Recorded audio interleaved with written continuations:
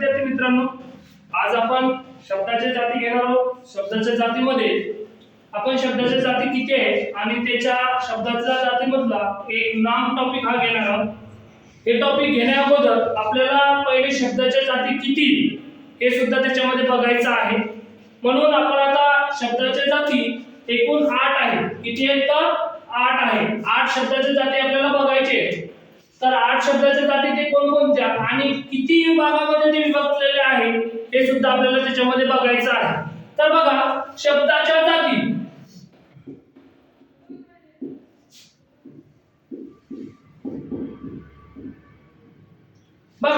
शब्दाच्या जाती एकूण किती आहेत तर 8 आहेत। ते 8 आहे पण 2 विभागामध्ये विभागलेले आहे। म्हणून आपल्याला शब्दाच्या जाती कोणकोणत्या 2 विभागामध्ये ते विभक्त झालेले आहेत हे सुद्धा आपल्याला त्याच्यामध्ये बघायचं आहे। तर शब्दाच्या जातीमध्ये 2 भाग पडतात। एक भाग म्हणजे विकारी, एक भाग म्हणजे विकारी आणि दुसरा भाग म्हणजे अविकारी। अशा प्रकारे शब्दाच्या जातीचे भाग 2 विभागामध्ये विभागलेले आहे। म्हणून आपल्याला अविकारी आणि विकारी आणि अविकारी असे 2 भाग पडतात। विकारी म्हणजे आता बघा, या शब्दाचा अर्थ आपण जाणून घेणार आहोत। विकारी म्हणजे नाम, या ठिकाणी लिंग, वचन, विभक्ती, काळ, पुरुष, अर्थ याच्यानुसार जर त्याच्यामध्ये बदल होत असेल तर त्याला विकारी म्हणतात। आणि अविकारी म्हणजे की लिंग, वचन, पुरुष, काळ, अर्थ, विभक्ती याच्यानुसार जर बदल होत नसेल तर त्याला आपण काय म्हणू शकतो, अविकारी म्हणू शकतो। तर बघा, शब्दाच्या 8 जाती आहेत। किती आहेत तर 8 जाती आहेत शब्दांच्या। 8 जाती आहेत तर 4 विकारी आहेत आणि 4 अविकारी आहेत। 4 विकारीचे कोणते जाती आहेत ते आपण बघणार आहोत। तर पहिली जात आहे नाम, दुसरी जी जात आहे ती आहे सर्वनाम आणि तिसरी जी जात आहे ती आहे विशेषण आणि चौथी जी जात आहे ती आहे क्रियापद। तर बघा, या ठिकाणी याच्यामध्ये जे विकारीमध्ये आहे नाम, सर्वनाम, विशेषण आणि क्रियापद, याच्यामध्ये लिंग, पुरुष, काळ, अर्थ, विभक्ती याच्यानुसार याच्यामध्ये काय असतो, बदल होत असतो। काय होत असतो तर बदल होत असतो। तर बघा, अविकारी मध्ये कोणकोणत्या जाती येतात हे सुद्धा आपल्याला बघायचे आहे। तर कोणकोणत्या जाती येतात, पहिली आहे क्रिया विशेषण अव्यय।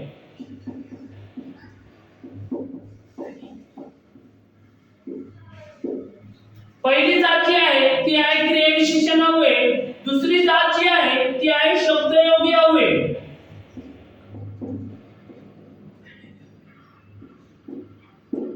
आणि तिसरी जात जी आहे ती आहे केवळ प्रयोगी अव्यय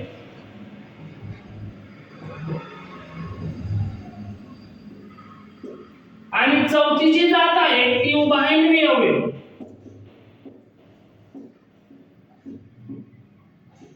अशा प्रकारे शब्दाच्या एकूण 8 जाती आहेत। 8 जाती आहेत तर 2 विकारामध्ये विकारलेले आहेत, विकारी आणि अविकारी। विकारी म्हणजे बदल होणे आणि अविकारी म्हणजे बदल न होणारे। अशा प्रकारे आपल्याला या ठिकाणी लक्ष ठेवायचं आहे। विकारी मध्ये नाम, सर्वनाम, विशेषण आणि क्रियापद आणि अविकारी मध्ये आपल्याला क्रिया विशेषण अव्यय, शब्दयोगी अव्यय, केवळ प्रयोगी अव्यय आणि उभयन्वी अव्यय असे 4 प्रकार याच्यामध्ये अविकारी मध्ये येतात। तर बघा, आपल्याला आता नाम हा टॉपिक आपल्याला या ठिकाणी बघायचा आहे। आपल्याला समजलं असेल की शब्दाच्या जाती कोणकोणत्या भागामध्ये विभागलेले आहे। म्हणून आपल्याला या ठिकाणी बघायचं आहे की नाम म्हणजे काय, नाम हा टॉपिक घ्यायचा आहे। नामानंतर सर्वनाम हा टॉपिक आपल्याला घ्यायचा आहे। आपल्याला पूर्ण टॉपिक वाईज एक उदाहरण आपल्याला बघायचे आहे। म्हणून आता आपल्याला नाम हा टॉपिक बघायचा आहे। तर बघा, या ठिकाणी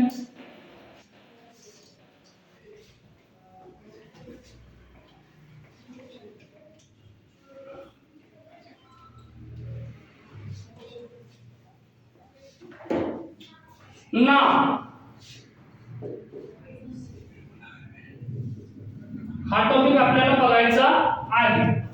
नाम बघण्या अगोदर आपल्याला काय बघायचं, नाम बघण्या अगोदर आपल्याला नामाची व्याख्या माहिती असणे आवश्यक आहे. तुम्हाला समजलं असेल, आपण आता बघितलं जस्ट शब्द, शब्दांच्या जाती. शब्द म्हणजे काय की अक्षराच्या अर्थपूर्ण समूहाला, अक्षराच्या अर्थपूर्ण समूहाला जर अर्थ प्राप्त होत असेल तर त्याला आपण काय म्हणतो, शब्द म्हणतो. काय म्हणतो तर शब्द म्हणतो, अक्षराच्या अर्थपूर्ण समूहाला. आता बघा शब्दाबद्दल थोडी माहिती जाणून घेऊया आपण. तर बघा आपल्याला माहिती आहे की व्यंजनांना अक्षरत्व प्राप्त येण्यासाठी त्याच्यामध्ये स्वरांची आवश्यकता असते. कशाची असते, स्वरांची आवश्यकता असते. तर बघा आपण समजा क दिला आणि याच्यामध्ये कोणताच स्वर नाही तर याचा आपण उच्चार करू शकत नाही. तर याला अक्षरत्व प्राप्त येण्यासाठी आपल्याला त्याच्यामध्ये स्वर मिक्स करावा लागेल, तेव्हा त्याला अक्षरत्व प्राप्त होते. बघा अक्षरत्व प्राप्त होण्यासाठी व्यंजनामध्ये स्वरांची आवश्यकता असते आणि शब्द तयार करण्यासाठी अक्षरांचा समूह तयार करावा लागतो. काय करावा लागतो, समूह तयार करावा लागतो. आणि समूह तयार केल्यानंतर त्याला जर अर्थ प्राप्त होत असेल तर त्याला आपण शब्द म्हणू शकतो. तसं की आपण अक्षर लिहिलं या ठिकाणी प त ग या ठिकाणी अक्षर लिहिले. आता या अक्षरांच्या समूहाला, या अक्षरांचा समूह केल्यानंतर याला जर अर्थ प्राप्त होत असेल तर त्याला आपण काय म्हणू शकतो, शब्द म्हणू शकतो. तर बघा आपण यांचा या ठिकाणी समूह करणार आहे. तर शब्द तयार झाला पतंग. पतंग हे एक नाम आहे, एका वस्तूचं विशिष्ट नाव आहे. तर त्याला आपल्याला अर्थ प्राप्त या ठिकाणी झालेला आहे, म्हणून आपण त्याला काय म्हणू शकतो, शब्द म्हणू शकतो. तर बघा तुम्हाला समजलं असेल शब्द म्हणजे काय, अक्षराच्या अर्थपूर्ण समूहाला आपण शब्द या ठिकाणी म्हणतोय. आता बघायचं आपल्याला नाम.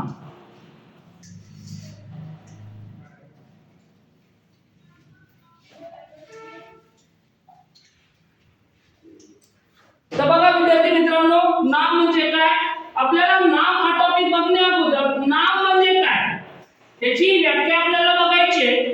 प्रत्यक्ष दिसणाऱ्या किंवा कल्पनेने जाणलेल्या वस्तू, पदार्थ किंवा प्राणी यांना दिलेले नाव म्हणजे नाम होय. बघा आपण मराठीमध्ये नाम आणि आपल्या मराठीमध्ये नाव,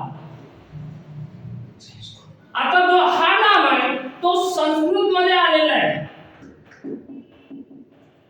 संस्कृत मधून जसेचा तसा आलेला आहे, म्हणून त्याला आपण काय म्हणू शकतो, काय म्हणू शकतो, कोणाला माहिती असेल का, याला कमेंट मध्ये याचं उत्तर टाकायचंय. आणि हा संस्कृत मधून येताना याचा बदल झालेला आहे, म्हणून याला आपण तद्भव म्हणतो. याला आपण तद्भव म्हणतो. आणि याचं नाम हा संस्कृत मधून जसा तसा आलेला आहे, याचा आन्सर तुम्ही या ठिकाणी कमेंट मध्ये टाकायचा आहे. म्हणून आपल्याला नाम हा वाक्य जाणायचंय. नाम म्हणजे प्रत्यक्ष दिसणाऱ्या किंवा कल्पनेने जाणलेल्या वस्तू, पदार्थ किंवा प्राणी यांना दिलेले नाव म्हणजे या ठिकाणी नाम होय. म्हणून आपल्याला नाम टॉपिक या ठिकाणी बघायचा आहे. आता बघा आपल्याला पहिले माहिती असणे आवश्यक आहे की नामामध्ये किती प्रकारचे बदल घडून येतात. किती प्रकारचे बदल घडून येतात नामामध्ये, तर लिंग, वचन आणि विभक्ती. लिंग, वचन आणि विभक्ती या तीन प्रकारचे बदल या नाम या टॉपिक मध्ये बदल घडून येतात. बघा लिंगानुसार पण बदलू शकतो, वचनानुसार पण बदलू शकतो आणि विभक्तीनुसार पण बदलू शकतो. तर बघा आपण एक शब्द घेतला उदाहरणार्थ मुलगा, हा नाम घेतलेला आहे मुलगा. आता लिंगानुसार कसं बदलायचं त्याला, आता मुलगी. विभक्तीनुसार कशाला बदलायचं त्याला, मुलांनो. आणि वचनानुसार कसं बदलायचं त्याला, तर मुले. म्हणजे अनेक वचन. मूल, मुले या ठिकाणी काय झालेले, अनेक वचन झालेले. हे झालं आपलं वचनानुसार बदल. हे मुलांनो याच्यामध्ये नो हा या ठिकाणी हा मारलेले, संबोधन विभक्ती लागलेले, मग ह्याला काय म्हणू शकतो आपण, विभक्ती. विभक्तीनुसार बदल झालेला आहे. आणि या ठिकाणी लिंग, लिंगानुसार बदल झालेला आहे. आपल्याला लिंग ह्या टॉपिक मध्ये माहिती असेल तर पुल्लिंग, स्त्रीलिंग आणि नपुंसकलिंग या ठिकाणी याचा लिंगानुसार बदल होऊ शकतो. त्याचा मुलगा मुलगी नाही होऊ शकत, कारण की नात्यातील अकारांत किंवा आकारांत पुल्लिंग नामाचे स्त्रीलिंग रूप इकारांत होते. हे आपल्याला माहिती असणं खूप आवश्यक आहे. म्हणून आपल्याला नाम हा टॉपिक या ठिकाणी बघायचा आहे. बघा, नाम टॉपिक बघत असताना आपल्याला नामाचे किती प्रकार पडतात हे आपल्याला माहिती असणं खूप आवश्यक आहे. तर बघा,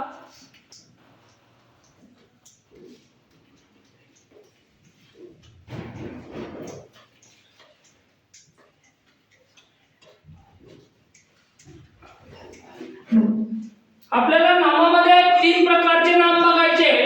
तर एक सामान्य नाम,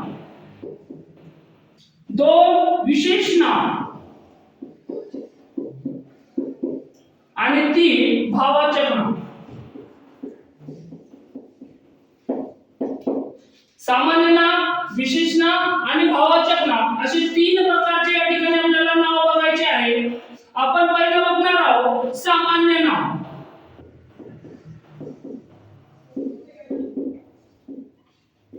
तर बघा या ठिकाणी विद्यार्थी मित्रांनो, सामान्य नाम कोणाला म्हणायचं की एकाच प्रकारची वस्तू, पदार्थ किंवा प्राणी त्यांना दिलेले नाव किंवा त्यांचा बोध होत असेल.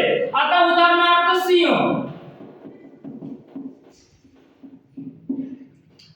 सिंह हा जो नाव आहे हा सामान्य नाम आहे. का की एकाच प्रकारची विशिष्ट व्यक्तींचा या ठिकाणी बोध झालेला आहे. सिंह एकच आहे का?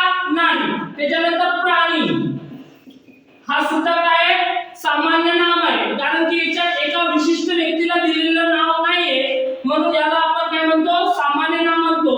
हे प्राणीमध्ये आपला कुत्रा, सिंह, वाघ, माणूस या ठिकाणी सगळ्यांचा बोध झालेला आहे, म्हणून याला आपण सामान्य नाम असं म्हणू शकतो. त्याच्यानंतर आपण हत्ती, अशा या ठिकाणी भरपूर उदाहरण आहे. म्हणजे एकाच प्रकारची वस्तू, पदार्थ किंवा प्राणी यांचा बोध होत असेल तर त्याला आपण काय म्हणू शकतो?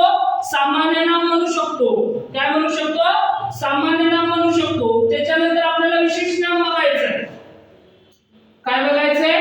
विशेष नाम बघायचंय. तर बघा, आता सामान्य नामामध्ये एका विशिष्ट व्यक्तीचा बोध होत नसून अनेक प्रकारच्या व्यक्तीचा या ठिकाणी काय झालेला आहे? बोध झालेला आहे. पण विशेष नाम म्हणजे एखाद्या विशिष्ट व्यक्तीला दिलेलं नाव फक्त एकाच व्यक्तीचा जर बोध होत असेल किंवा एखाद्या विशिष्ट व्यक्तीला जर नाव दिलेलं असेल तर त्याला आपण सामान्य नाम म्हणू शकतो. आता बघा, आपण एखाद्या मुलाचं जाऊन नाव लिहिलं. आता समजा एक मुलगी म्हणजे एखाद्या ठराविक विशिष्ट व्यक्तीचा बोध होतो का? तर नाही. त्याच्यामध्ये मुलगी हा भरपूर मुली आहेत. याला एक मुलीला आपण असं म्हणू शकत नाही, म्हणून याला आपण सामान्य नाम म्हणू शकतो. नाव, आता मुलगीच्या ठिकाणी आपण एखादं नाव जर घेतलं साक्षी. आता साक्षी सुद्धा मुलगी आहे, पण एखाद्या विशिष्ट व्यक्तीला किंवा एखाद्या विशिष्ट मुलीला दिलेलं नाव आहे, म्हणून याला आपण विशेष नाम म्हणू शकतो. समजलं तुम्हाला? सामान्य नाम म्हणजे काय? आता मुलगी, आता खूप साऱ्या व्यक्तींचा या ठिकाणी बोध झालेला आहे, म्हणून आपण मुलगीला म्हटलंय सामान्य नाम. आणि साक्षी मध्ये एखाद्या विशिष्ट व्यक्तीला दिलेला बोध आहे किंवा एखाद्या विशिष्ट व्यक्तीला दिलेलं नाव आहे, म्हणून आपण याला विशेष नाम म्हणू शकतो. आता बघा, विशेष नाम आणि सामान्य नाम याचा फरक कसा ओळखायचा? तर बघा, आता आपल्याला एखादा मुलगा एकच आहे का? नाही. तर त्याला म्हणायचं सामान्य नाव. आणि एखाद्या व्यक्तीचं नाव लिहिलंय पवन, त्याला काय म्हणायचं आपल्याला? त्याला म्हणायचं विशेष नाम. बघा विद्यार्थी मित्रांनो, तुम्हाला असं समजत नसेल तर आपण एखादं उदाहरण घेऊन बघूया या ठिकाणी. उदाहरणार्थ असं जर उदाहरण आलं, तो मुलगा खूप सुंदर दिसतो. बघा, तो मुलगा म्हणजे काय? या ठिकाणी काय झालेलं? एखाद्या विशिष्ट व्यक्तीलाच म्हणत आहे, म्हणून ह्या मुलगाला आपण काय म्हणू शकतो? विशेष नाम म्हणू शकतो. काय म्हणू शकतो? का विशेष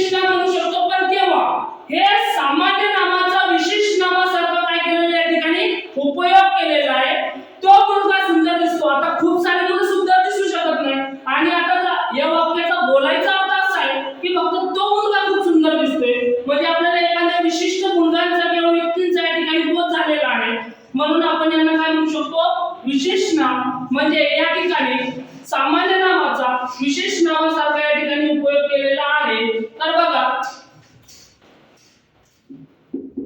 गणेश खूप अभ्यास करतो. तर बघा या ठिकाणी अधोरेखित शब्दांची जात ओळखा. आता आपल्याला माहिती आहे ऑप्शन मध्ये जर नाम, सर्वनाम, विशेषण आणि क्रियापद असं दिलेलं असेल तर आपण पटकन ओळखू शकतो काय आहे नाम. पण नामाचा उपप्रकार जर विचारला तर आपल्याला ओळखता आला पाहिजे. आता बघा, गणेश खूप अभ्यास करतो म्हणजे गणेश या ठिकाणी एका विशिष्ट व्यक्तीला दिलेलं नाव आहे. एखाद्या विशिष्ट व्यक्तीला दिलेलं नाव आहे. म्हणून अधोरेखित शब्दांची जातांचा उपप्रकार, नामांचा उपप्रकार म्हणजे विशेष नाम. आपण याला विशेष नाम का बरं म्हटलंय की एखाद्या विशिष्ट मुलगाला दिलेलं नाव आहे. आता गणेश अभ्यास करतो, गणेश मध्ये एकाच व्यक्तीचा काय झालेला आहे या ठिकाणी बोध झालेला आहे. अनेक विद्यार्थ्यांचा बोध झालेला नाही. पण याच्यामध्ये आपण कसा बदल करू शकतो?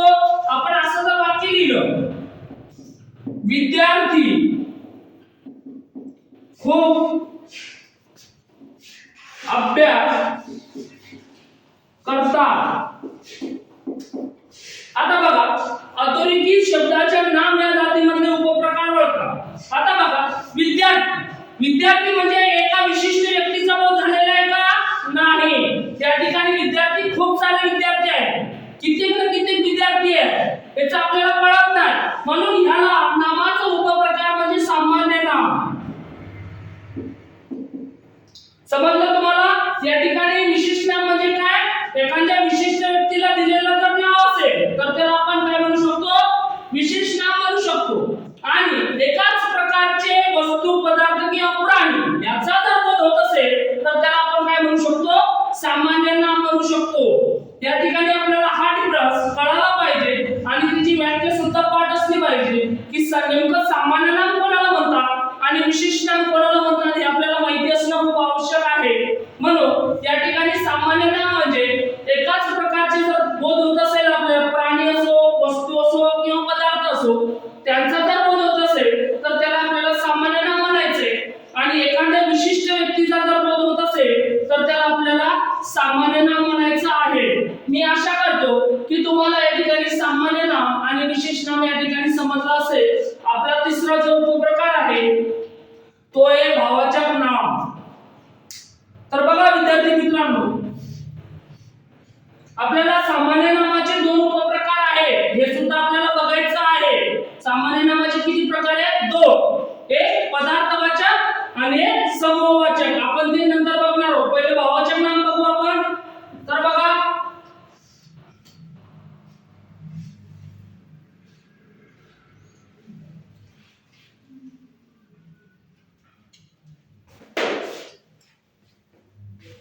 तर बघा, विद्यार्थी मित्रांनो, आपल्याला भावाचक नाम बघायचंय. काय बघायचंय? भावाचक नाम. तर बघा, भावाचक नाम कोणकोणत्या शब्दापासून तयार होतात ते शब्द आपल्याला पाठ असणे आवश्यक आहे.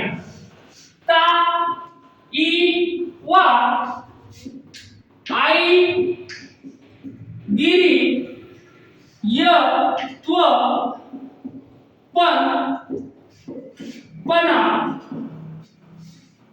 वा, की, वड. ताईवा, आईगिरी, यत्व, पणपणा, वाकी, वड हे शब्द तयार करून आपण भावाचक नाम तयार करू शकतो. आपल्याला हे शब्द जर पाठ असेल तर वाक्य पाठ करण्याची काय आवश्यकता नाही. आता तुम्हाला आयोगाने एक प्रश्न दिला आहे, श्रीमंत या शब्दाचा भावाचक नामासारखा उपयोग करा. तर आपण ह्या शब्दांपैकी किंवा ह्या प्रत्ययांपैकी याला कोणताही प्रत्यय जोडून ज्याला अर्थ प्राप्त होत असेल, बघा हे प्रत्यय तर आपल्याला या शब्दामध्ये जोडायचेच आहे. ह्या शब्दाला प्रत्यय जोडल्यानंतर काय अर्थ प्राप्त झाला पाहिजे? काय झालं पाहिजे? अर्थ प्राप्त. तर बघा, आपण या ठिकाणी कोणता शब्द जोडू शकतो? की. तर भावाचक नाम कसं तयार होणार? श्रीमंती.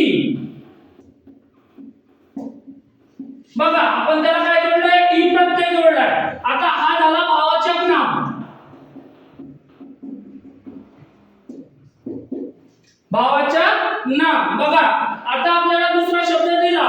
कोणता शब्द दिला आपल्याला?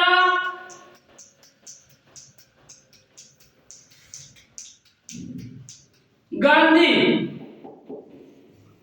हा शब्द दिलाय आणि याचा उपयोग आपल्याला भावाचक नामासारखा करायचा आहे. तर बघा भावाचक नामासारखा उपयोग कसा करू शकतो आपण? हे शब्द जोडून आपण भावाचक नामासारखा त्याचा उपयोग करू शकतो. तर कशा प्रकारे करू शकतो? त्याला कोणता प्रत्यय आपण जोडू शकतो की त्याला अर्थ प्राप्त होणार? बघा गांधी आपण त्याला गिरी जोडू. गांधीगिरी. आता बघा फसवे हा शब्द आहे. याला बघा आपल्याला भावाचक नाम तयार करायचं आहे. त्याला भावाचक नाम कसं तयार करू शकतो आपण? डबल गिरी हा शब्द जोडून फसवे, फसवेगिरी.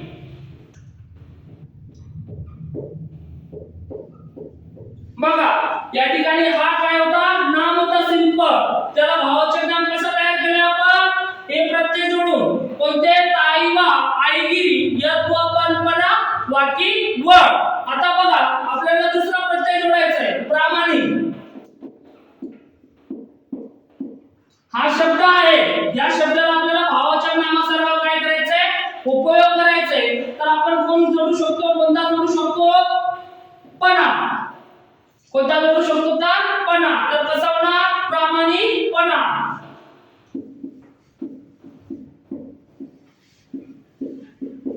त्याला काय जोडू शकतो आपण? प्रामाणिकपणा. कोणता प्रत्यय जोडले? पणा. बघा वस्तूतला भाव, भाव, गुण किंवा धर्म हे जर व्यक्त करत असेल तर त्याला काय म्हणतो आपण? भावाचक नाम. काय म्हणतोय? भावाचक नाम. वस्तूतला गुण, भाव किंवा धर्म याचा भाव झालेला आहे आपल्या ठिकाणी. प्रामाणिकपणा काय आपला गुण आहे. बरं त्याच्यानंतर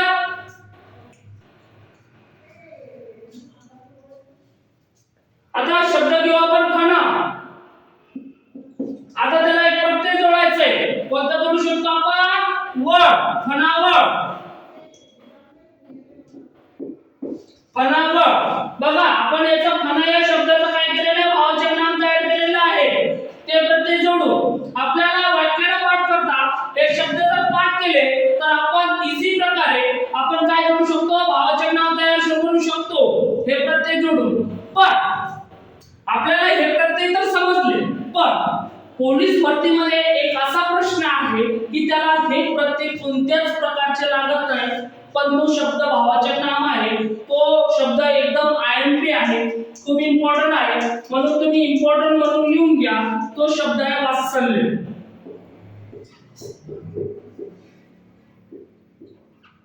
हा जो शब्द आहे तो भावाचक नाम आहे. आता तुम्ही म्हणसाल की सर याच्यामध्ये चला नव्हता ई नवा कोणताच प्रत्यय या ठिकाणी नाही, पण तो भावाचक नाव कसं आहे? बघा भाव याच्यामध्ये वात्सल्य म्हणजे या ठिकाणी अभाव झालेला आहे किंवा भास झालेला आहे असा या शब्दाचा अर्थ होतो. वात्सल्य हा शब्द भावाचक नाम आहे. 2018-21 च्या पेपर मध्ये हा शब्द दिलेला आहे. काही मुलांनी या शब्दामध्ये कन्फ्यूज होतं, तर मी तुम्हाला इथे सांगू इच्छितो की तुम्हाला इथे वात्सल्य असा शब्द जर आला असता तर त्याला या ठिकाणी आपल्याला भावाचक नाम सुद्धा म्हणायचं आहे. म्हणून हा शब्द लक्षात ठेवा. आणि आपल्याला समजा या ठिकाणी हा शब्द जर जोडायचा असेल, भावाचक नाम दुसरा शब्द आला असेल तर आपल्याला हे प्रत्यय या ठिकाणी जोडावा लागेल. आपण थो हा शब्द घेऊ शकतो. थो त्याला कोणता प्रत्यय जोडू शकतो आपण? कोणता जोडू शकतो याच्यापैकी? थोरवा शब्द जोडू शकतो. त्याच्यानंतर थोरपणा पण जोडू शकतो. कोणताही शब्द जोडू शकतो आपण त्याला. या ठिकाणी काय जोडू शकतो? थोरपणा. आपण कोणत्याही प्रकारचे या ठिकाणी शब्द जोडू शकतो. म्हणून आपल्याला हे शब्द पाठ असणे खूप आवश्यक आहे. आता बघा विद्यार्थी मित्रांनो, तुम्हाला सामान्य नाम म्हणजे काय हे सुद्धा सांगितलेले आहे. विशेष नाम म्हणजे काय हे सुद्धा सांगितलेले आहे. आणि त्याच्यानंतर भावाचक नाम व त्याला तयार करण्याची पद्धत, भावाचक नाम बरोबर ची पद्धत या ठिकाणी मी सांगितलेली आहे. म्हणून हे चांगल्या प्रकारे अभ्यास करण्याचं खूप आवश्यक आहे. परीक्षेच्या इम्पॉर्टंट आहे आणि आपल्याला परीक्षामध्ये आपल्याला सामान्य नाम म्हणजे काय, विशेष नाम म्हणजे काय आणि भाववाचक नाम सगळ्यात जास्त पोलीस भरतीमध्ये भाववाचक नाम या टॉपिकवर आपल्याला प्रश्न विचारले जातात। आता बघा आपल्याला सामान्य नामाचे जे दोन प्रकार पडतात ते प्रकार या ठिकाणी आपल्याला बघायचं आहे।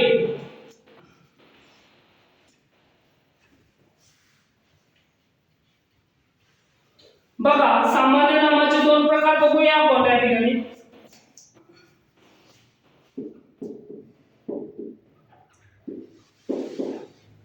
बघा सामान्य नामाचे दोन प्रकार पडतात, एक पदार्थवाचक आणि दोन समूहवाचक।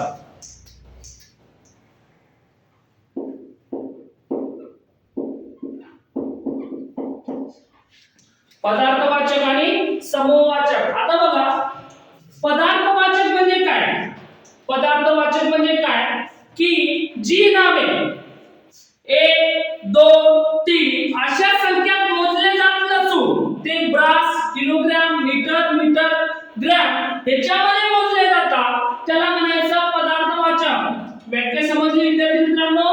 बघा जी नामे 1 2 3 4 अशा संख्यात मोजली जात नसून, अशा संख्यात मोजली जात नसून ते लिटर, मीटर, ग्रॅम किंवा किलोग्रॅम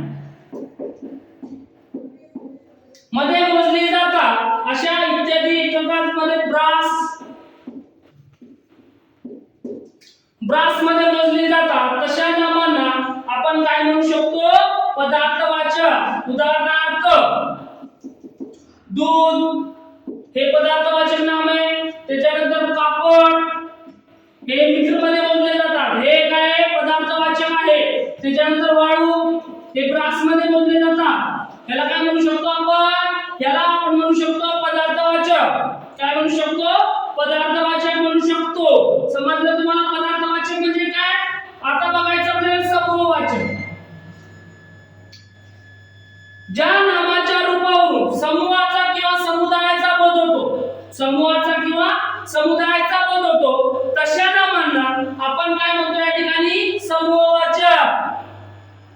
या ठिकाणी या समूहवाचक मध्ये समूहाचा बोध होतो किंवा समुदायाचा बोध होतो तशा नामांना समूहवाचक असे म्हणतात। जसं की उदाहरणार्थामध्ये आपल्याला घ्यायचंय, बघा उदाहरणार्थामध्ये कळप, त्याच्यानंतर मंडळ, त्याच्यानंतर ढिगा, त्याच्यानंतर सैन्य,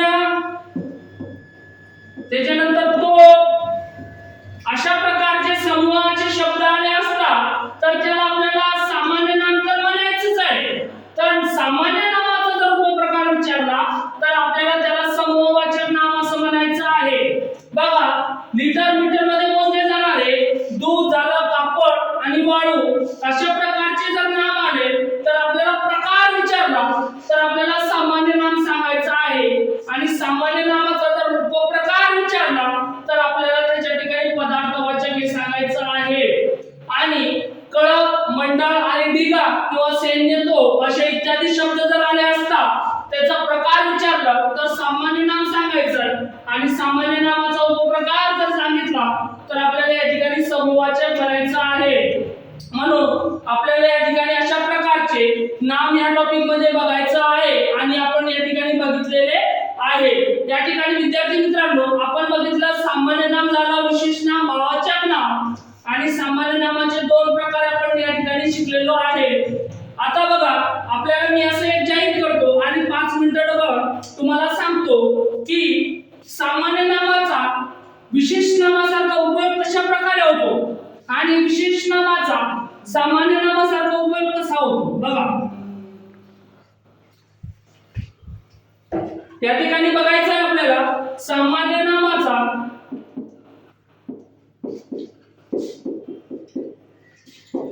विशेष नामासारखा उपयोग। आता बघा उदाहरणार्थामध्ये सर्व कंपन्या पवन जोरात आहे. आता बघा, हा पवन म्हणजे वारा, उपनवन हे झालं. याचा अर्थ काय होतो? वेगळा झालेला आहे. हा मूळचा काय आहे? सामान्य नाम आहे. काय आहे? सामान्य नाम आहे. बर, या ठिकाणी सर्व कंपन्यात पवन जोरात आहे, पण आपल्याला या पवन नामावरून एका विशिष्ट मुलाचा या ठिकाणी काय झालेला आहे? बोध झालेला आहे. सर्व कंपन्यात पवन जोरात आहे म्हणजे एखादा वारा तिथं काम करणार नाही. या ठिकाणी एखादा मुलगा, विशिष्ट मुलगा आपल्याला काम करताना दिसतोय, तो छान प्रकारे काम करतोय, म्हणून त्या कंपनीत तो काय आहे? जोरामध्ये आहे. म्हणून आपल्याला याला विशेष नाम म्हणावं लागेल. या ठिकाणी काय केलेलं आहे? विशेष नाम म्हणावं लागेल. म्हणून या ठिकाणी आपल्याला आपल्या सामान्य नामाचा विशेष नामासारखा असा या ठिकाणी उपयोग होऊ शकतो. आणि आपल्याला शेवटचं बघायचं, या ठिकाणी आपला नाम टॉपिक संपणार आहे. विशेष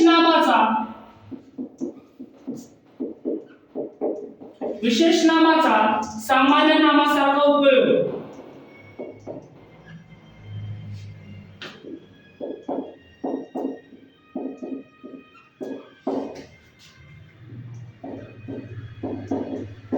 बघा, या ठिकाणी सामान्य नामाचा विशेष नामासारखा उपयोग कसा करायचा विशेष नामाचा? तर बघा, तुमची मुलगी साक्षात लक्ष्मी. बघा, या ठिकाणी आपल्याला सामान्य नाम म्हणजे काय ते माहितीये. सामान्य नाम म्हणजे काय? एका विशिष्ट व्यक्तीचा बोध होत नसेल तर अनेक एकापेक्षा जास्त व्यक्तीचा जर बोध होत असेल तर आपण सरळ त्याला या ठिकाणी काय म्हणतो? सामान्य नाम म्हणतो. आता बघा, ही लक्ष्मी जी आहे हे विशेष नाम, मूळचं विशेष नाम आहे, पण या ठिकाणी एका विशिष्ट मुलीचा किंवा व्यक्तीचा बोध होत नसो म्हणजे ह्या मुलगीला लक्ष्मी सोबत काय करत आहे? कॉपरेट करत आहे. म्हणून याला एकापेक्षा जास्त व्यक्तीचा या ठिकाणी काय झालेलं आहे? बोध झालेला आहे. म्हणून याला आपण सामान्य नाम म्हणू.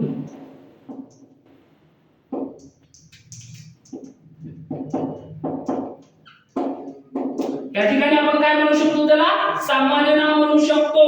कारण की या ठिकाणी एकापेक्षा जास्त व्यक्तीचा या ठिकाणी काय झालेला आहे? बोध झालेला आहे. म्हणून त्याला आपण काय म्हणू शकतो?